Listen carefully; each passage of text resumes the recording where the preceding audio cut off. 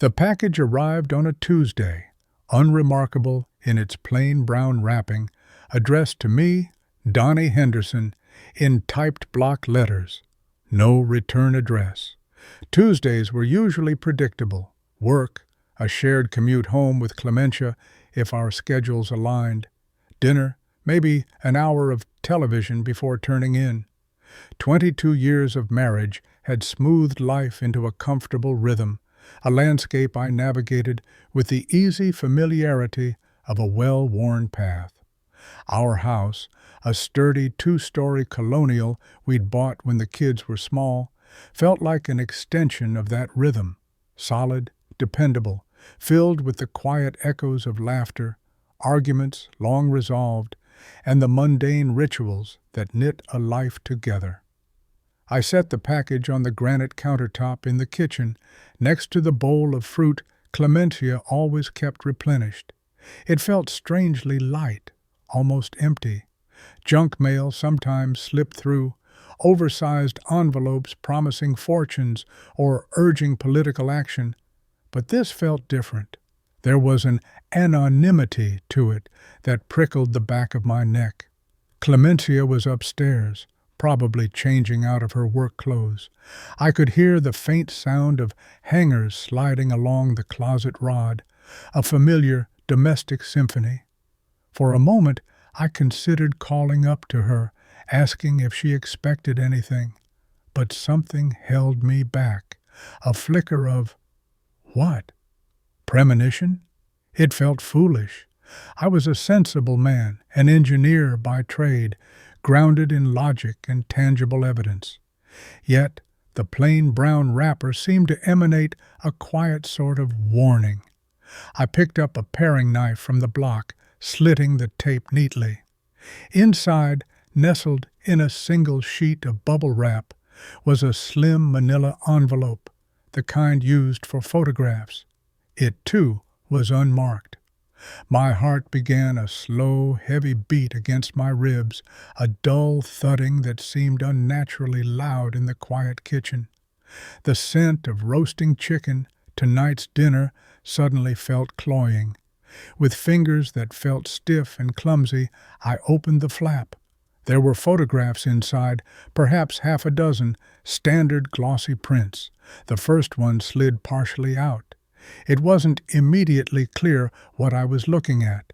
A cafe table, 2 cups, sunlight slanting through a window. Then I saw the hands.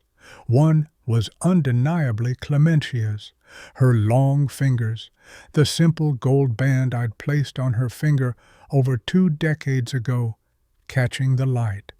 The other hand, larger, masculine, rested possessively over hers. I didn't recognize the man's hand nor the setting. It wasn't a place we frequented. My breath hitched. It could be innocent, I told myself, a colleague, a client meeting. Clementia's work in marketing involved networking, lunches, coffees. It was plausible. But the way his hand covered hers, there was an intimacy in the gesture that felt like a physical blow. I shuffled to the next photo. This one was clearer, taken from a slight distance. Clementia and the same man standing close together outside what looked like a small boutique hotel, the kind with discreet charm and, likely, hourly rates. He had his arm around her waist, pulling her towards him.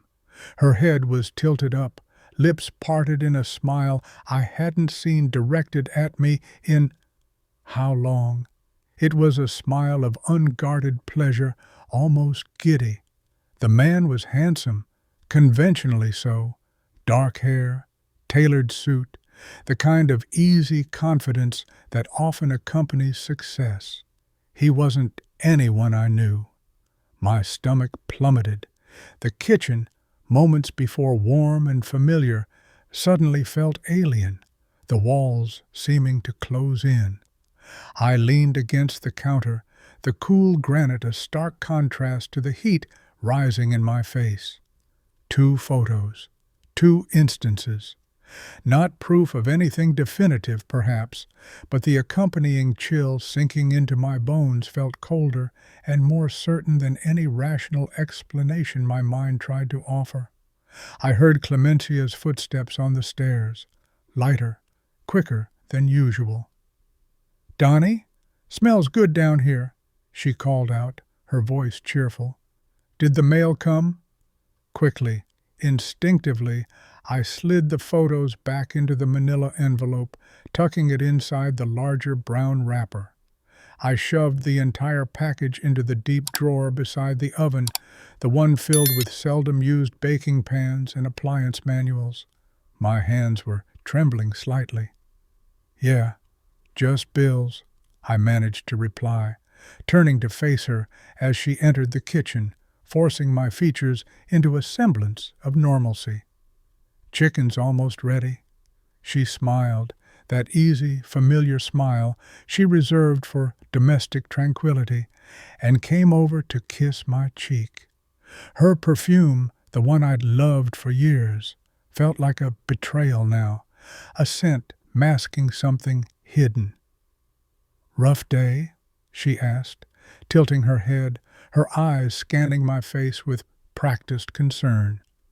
"Just tired," I lied, the word tasting like ash in my mouth. "Long meeting." As she moved around the kitchen, checking the oven timer, getting plates from the cupboard, her movements fluid and graceful, I watched her. It was like seeing a stranger who looked exactly like my wife. Every gesture, every word, every shared glance across the dinner table later that evening felt overlaid with the image from the photograph, her hand under his, her smile directed at someone else. The foundation of my world, the solid ground I had stood on for 22 years, had developed a terrifying hairline crack, and I had no idea how deep it went. The package in the drawer felt like a dormant malignancy, waiting, and the silence in my own heart was deafening. Dinner was an exercise in forced normality. I carved the chicken, Clementia served the roasted potatoes and asparagus. We talked about work, a project deadline I was facing, a difficult client she was managing. The words felt hollow, rehearsed lines spoken across a chasm that had opened beneath our familiar dining table. I watched her hands as she ate, the way her fork moved, the glint of her wedding band under the dining room light. Were these the same hands I'd seen in the photograph, resting beneath another man's? The thought made the bite of chicken in my mouth taste like cardboard. Every time she laughed at something mundane, I said a small, polite sound. It felt like a performance. I found myself analyzing her expressions, searching for micro flickers of guilt, deception, anything that might betray the woman smiling across from me. But Clementia was composed, perhaps a little more tired than usual, but otherwise herself. Or perhaps this composed, slightly distant version was herself now, and I just hadn't been paying attention. "Anything interesting happened today?" I asked, aiming for casual, my voice sounding tight to my own ears. She looked up, meeting my gaze briefly before focusing on her plate. "Not really. Usual meetings. Oh, Sandra from accounting is finally taking that trip to Italy she's been planning forever. Lucky her." She steered the conversation onto safe, neutral ground. I didn't push. The package in the drawer felt like a physical weight in the room, pressing down on me. Later, curled on opposite ends of the sofa, a rerun of a crime drama playing on the screen, the silence stretched between us, punctuated only by the television dialogue. Usually, this was a comfortable silence, the easy quiet of two people deeply familiar with each other. Tonight, it felt fraught, thick with unspoken questions and unseen betrayals. Clementia scrolled through something on her phone, her thumb moving quickly. When I shifted slightly, Angling to see, she subtly turned the screen away. A reflex? Or conscious concealment? Before the photos, I wouldn't have registered it. Now it screamed suspicion. Sleep, when I finally went to bed, was elusive. Clementia slept soundly beside me, her breathing even, undisturbed. I lay awake, staring at the patterns the moonlight made on the ceiling, the photos seared into my mind. The man's hand covering hers, her upturned face smiling at him outside that hotel. Who was he? How long had this been happening? Was it just him? The questions circled relentlessly, vultures picking at the carcass of my peace. 22 years. We'd built a life brick by painstaking brick, raising the kids, navigating job changes, illnesses, the death of my father, her mother's slow decline. We'd weathered storms together, celebrated triumphs. Had it all been a lie? Or was this a recent fracture, a symptom of middle-aged drift, of taking each other for granted? I searched my memory for signs I'd missed. The late nights attributed to work deadlines, the weekend conferences that seemed less about business and more about vague networking. Her increasing detachment, the polite brush-offs when I initiated intimacy, blaming stress or fatigue. Had I been blind, willingly so, or just complacent, too comfortable in the rhythm of our shared life to notice the melody changing? The next morning, I felt a grim resolve crystallizing. I couldn't live with the uncertainty. Before Clementia was awake, I slipped downstairs. The brown wrapper felt tainted in my hands. I took the photos out again, examining them in the cold, unforgiving light of dawn. The hotel name was partially visible in the second photo. The Auburn Inn. Not a place I recognized locally. I made a mental note. The man's face was clear enough. If I saw him again, I'd know him. My routine became subtly altered. I started paying closer attention. I noticed Clementia guarded her phone more fiercely than ever, taking it with her even into the bathroom. Texts would arrive, and she'd glance quickly, then put the phone away without replying if I was nearby. When she spoke of work events, her descriptions felt vaguer, lacking the specific details she used to share. A new hesitance, a slight flicker in her eyes when I asked simple questions about her day. One evening, sorting through the credit card statements online, something I usually did perfunctorily, I noticed a recurring charge. Small amounts, always at the same upscale coffee shop downtown, usually mid-afternoon. Not alarming in itself, but it wasn't near her office or any of our usual haunts. Then there were several charges over the past few months at restaurants I didn't recognize, including one near the Auburn Inn, a place listed online as being a good hour's drive away. Lunch meetings? Maybe. But coupled with the photos, the pattern felt damning. Each discovery was like another small tremor, further destabilizing the ground beneath my feet. I considered hiring a private investigator, getting irrefutable proof. But the thought felt distasteful, a further erosion of what little dignity remained in the situation. This was between me and Clementia. Whatever the truth, I needed to hear it from her, or confront her with what I knew. But how? Screaming accusations felt wrong, counterproductive. A cold, calculated presentation of the evidence seemed equally chilling. The decision was made for me the following Friday. Clementia mentioned she had an important client dinner that evening and would be late.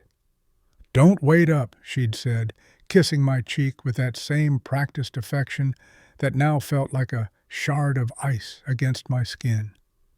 Around 9 o'clock, restless and unable to concentrate on anything, I found myself driving, not aimlessly, but with a grim purpose.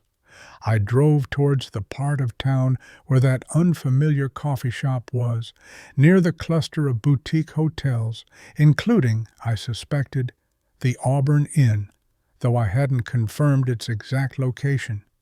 I told myself I was just clearing my head, but I knew I was searching. I didn't find the Auburn Inn. Perhaps it was further out than I thought. But as I turned a corner onto a quieter side street lined with trendy bars and restaurants, I saw her car. Clementia's sensible sedan parked halfway down the block. My heart hammered against my ribs.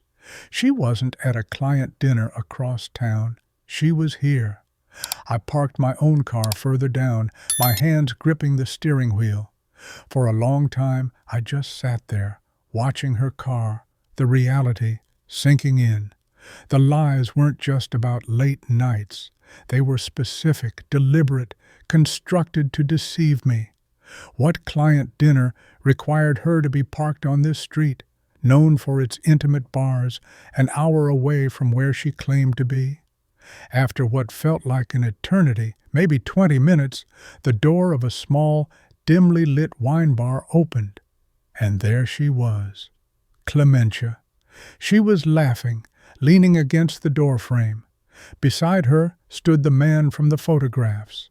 He smiled down at her, touching her arm lightly before leaning in to kiss her. It wasn't a peck on the cheek. It was a lingering, possessive kiss, the kind that leaves no room for ambiguity. Something inside me didn't break. It went cold, utterly still. The frantic uncertainty, the gnawing suspicion, it all vanished, replaced by a chilling clarity. I watched them walk towards her car, his arm slung casually around her shoulders. They stood there for a moment longer, talking quietly, before he kissed her again, then turned and walked back towards the bar. Clementia got into her car and drove away, heading back towards the life she shared with me, leaving the man and their shared moments behind in the shadows. I didn't follow her. I didn't race home to confront her. I sat in my car until the engine grew cold, the streetlights casting long shadows. The betrayal wasn't just an act. It was a parallel life she was living, woven into the fabric of our marriage with calculated deceit. The pain was immense, a deep, aching void opening in my chest.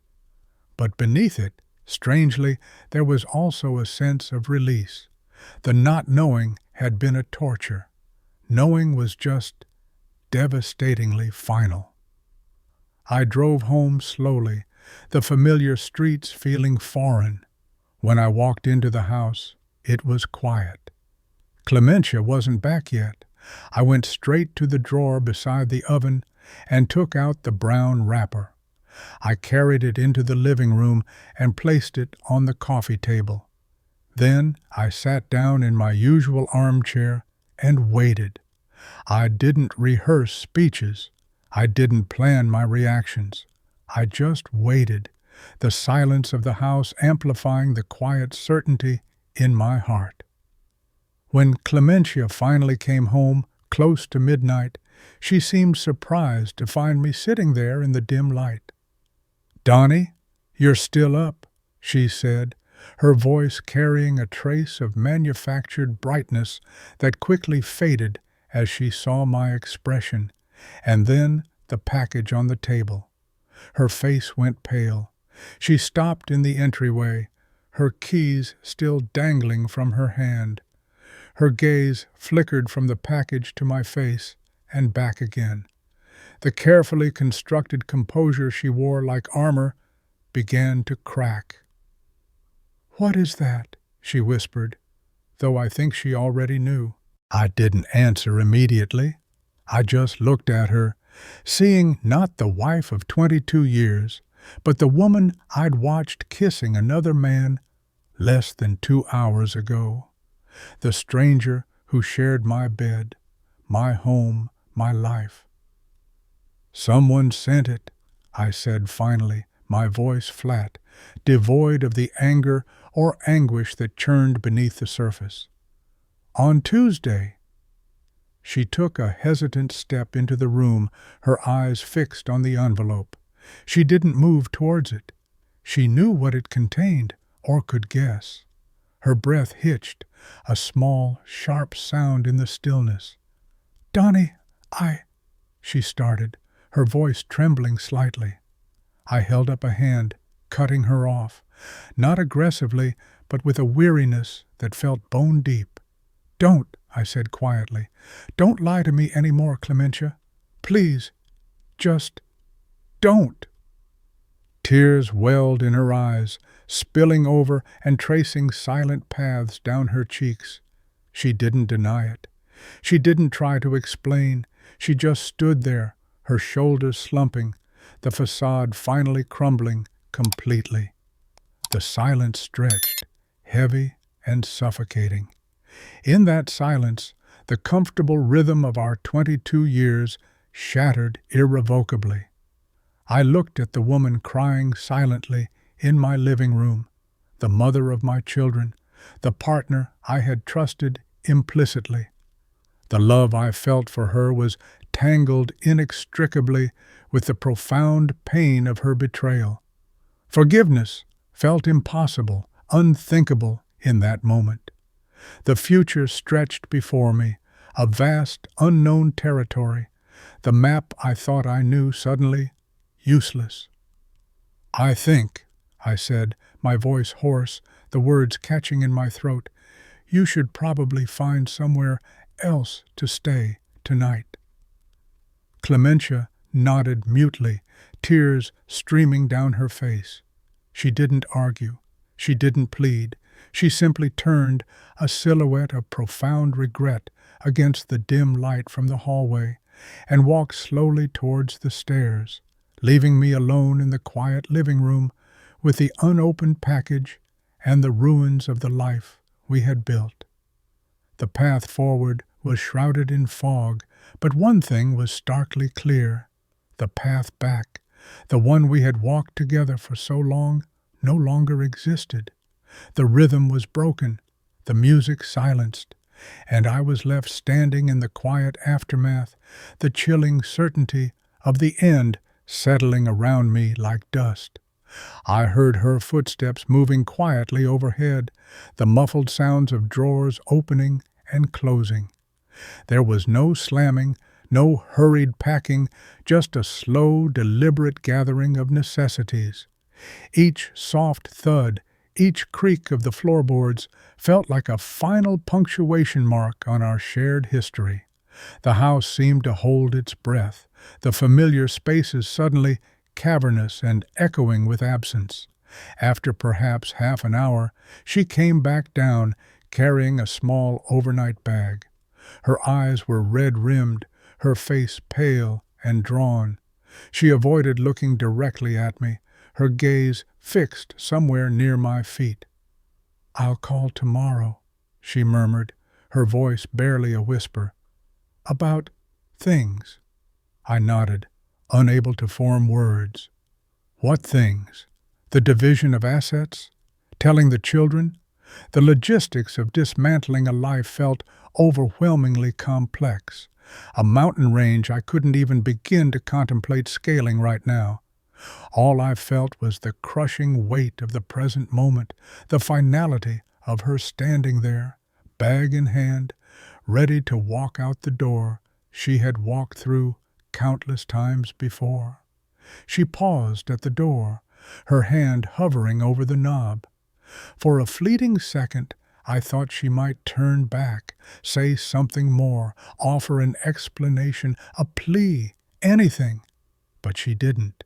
She simply opened the door and stepped out into the night, pulling it closed behind her with a soft click that echoed like a gunshot in the silence. The silence that followed was profound, heavier than any noise. It wasn't just the absence of her presence. It was the absence of the future I had always assumed we would share. The house, usually filled with the low hum of shared existence, felt hollowed out, a stage set after the actors have departed. I didn't move from the armchair for a long time. The package still sat on the coffee table, unopened, since I'd placed it there. I had no desire to look at the photos again. The images were burned into my memory, tangible proof of a reality I could no longer deny. Seeing them again would only be rubbing salt into an already gaping wound.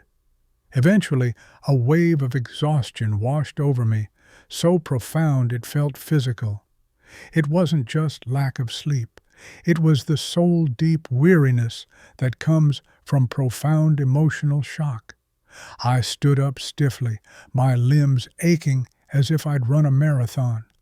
I walked through the downstairs rooms, touching familiar objects, the worn arm of the sofa, the frame of a family photo on the mantelpiece, the smooth wood of the dining table where we'd shared thousands of meals. Everything looked the same, yet everything was irrevocably changed, viewed now through the lens of betrayal. Upstairs, our bedroom felt the most alien. Her scent lingered faintly in the air. Her side of the bed was undisturbed, the pillows plumped, the duvet smoothed. I couldn't bear the thought of sleeping there, in that shared space that now felt contaminated. I retreated to the spare room, pulling a thin blanket over myself, but sleep remained a distant shore. My mind replayed the evening's events, the discovery, the confrontation, her quiet departure. Interspersed were flashes of memory from happier times, our wedding day, the birth of our children, shared laughter on family vacations, each memory now tinged with a bitter irony. Had she been living this double life even then? The questions gnawed at me, offering no comfort, only more pain. The next morning dawned gray and overcast, mirroring the landscape of my inner world. The house was unnervingly quiet. The routine felt fractured, incomplete. Making coffee for one felt wrong. Sitting alone at the kitchen table, where Clementia usually sat opposite me reading the news on her tablet, felt desolate. Practical thoughts began to intrude, unwelcome but necessary. The kids. Thankfully, they were grown and out of the house, forging their own lives. Telling them would be excruciating, shattering their image of the stable, loving home they'd grown up in.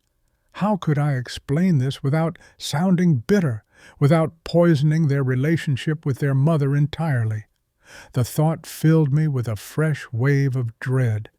Clementia called late in the morning, as promised. Her voice was subdued, thick with unshed tears. "I'm at my sister's," she said. "Donnie, can we talk properly?" "I don't know what there is to talk about, Clementia," I replied, my voice sounding dull even to myself. "You lied. For how long I don't even know. You were living another life." "It's complicated," she began, the classic infuriatingly vague excuse. "No," I interrupted, a flicker of anger finally cutting through the numbness. "It's not complicated. It's simple. You made choices. Choices that didn't include me or our marriage. The complicated part is just the fallout you didn't want to face." There was a choked sob on the other end of the line. "I know I hurt you, Donnie, more than words can say. I am so sorry." Her apology felt like pebbles thrown against a fortress wall. It couldn't breach the hurt, couldn't undo the damage. "Sorry doesn't change anything right now," I said wearily. "We need time. I need time. To think. To figure out what happens next." We agreed to talk again in a few days, leaving the conversation hanging, unresolved. Hanging up the phone felt like severing another thin thread connecting me to my old life. The days that followed blurred into a monotonous cycle of going through the motions. Work provided a temporary distraction, the familiar demands of engineering problems offering a refuge from the unsolvable problem of my personal life. But the evenings were long, the silence of the house amplifying my solitude. Friends called, sensing something was wrong, but I deflected their questions, not ready to share the raw, humiliating truth. I found myself wandering through the house, picking up objects, trying to reconcile the happy memories associated with them with the harsh reality of the present. Was any of it real, or had I been living in a carefully constructed illusion? I started packing away some of Clementia's things, not out of anger, but out of a need to create physical distance, to reclaim the space as solely mine, though it felt achingly empty. One evening, sorting through old photo albums, I came across pictures from our 10th anniversary trip to Hawaii. We looked so young, so happy, standing arm in arm on a beach at sunset, the future seemingly bright and limitless. Seeing those images now felt like looking at ghosts. Who was that smiling woman beside me? Had the seeds of her betrayal already been planted, hidden beneath the surface of that idyllic scene? Or had something shifted later, some turning point I was oblivious to? I closed the album, unable to look anymore. The past offered no clarity, only pain. There were moments of intense anger, waves of grief that threatened to pull me under.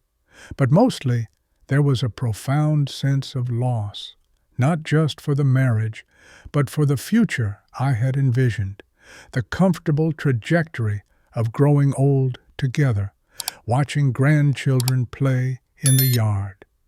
That future was gone, evaporated like mist. What remained was uncertainty, a terrifying blank space where plans and assumptions used to be. I knew I couldn't stay suspended in this limbo forever. Decisions would have to be made, legal processes initiated, a new life charted. The prospect was daunting, exhausting.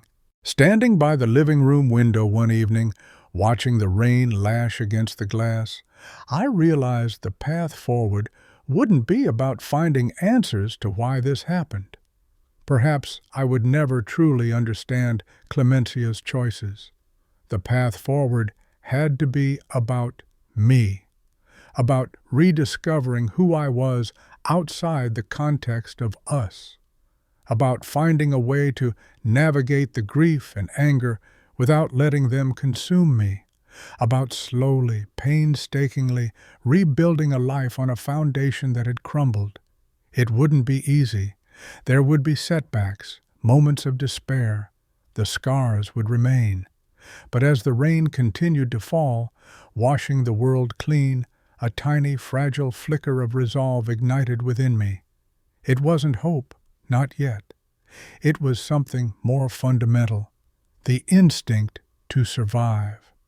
The quiet understanding that even after the most devastating storm, life somehow had to go on. The silence in the house still felt heavy, but now, mixed with the sorrow, there was the faintest echo of possibility, the quiet beginning of whatever came next. The rhythm was gone, but perhaps in time I could find a new one, even if I had to compose it alone. The silence wasn't empty anymore. It was filled with the weight of absence, the echo of a door closing for the final time. The package remained on the coffee table, a physical symbol of the wreckage. I knew I couldn't leave it there forever, a constant reminder. With a sigh that felt like it came from the depths of my soul, I picked it up, walked it out to the recycling bin, and dropped it inside. Out of sight, though never truly out of mind. That small act felt like the first step onto the uncertain path ahead. The grief was still a heavy cloak, the anger a low simmering heat beneath the surface. But the paralyzing shock had begun to recede, replaced by a stark, undeniable clarity. The marriage was over. There was no salvaging it, no going back to the way things were. Pretending otherwise would only prolong the agony. The next morning, I made 2 phone calls. The first was to schedule an initial consultation with a lawyer specializing in family law. The word divorce felt like a foreign object in my mouth, heavy and sharp-edged, but necessary.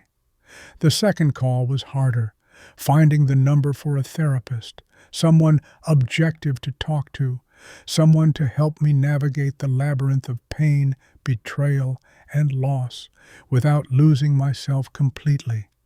Admitting I needed help wasn't easy for a man used to solving problems with logic and blueprints, but the emotional architecture of my life was in ruins, and I knew I couldn't rebuild it alone. Healing wouldn't be linear. I understood that. There would be days consumed by sadness, moments ambushed by anger, nights haunted by memories, both sweet and bitter. Rebuilding trust, not necessarily in others yet, but in my own judgment, in my own ability to navigate the world, would be a slow, painstaking process. But as I stood in the quiet kitchen, the morning light filtering through the window, I felt something shift within me. It wasn't happiness, not even contentment. It was a quiet determination. Clementia had made her choices, choices that led her away from the life we built. Now, I had to make mine. My choice was to face the future, however uncertain, with my eyes open, to learn to live with the scars, not as marks of shame, but as proof of survival. The path ahead was solitary, daunting, but it was mine to walk. And for the first time since that brown package arrived, I felt ready, not eager, but ready to take the next step. The rhythm of my old life was gone, but the beat of my own heart, steady and persistent, promised a new song was waiting to be written, even if the melody was still unclear.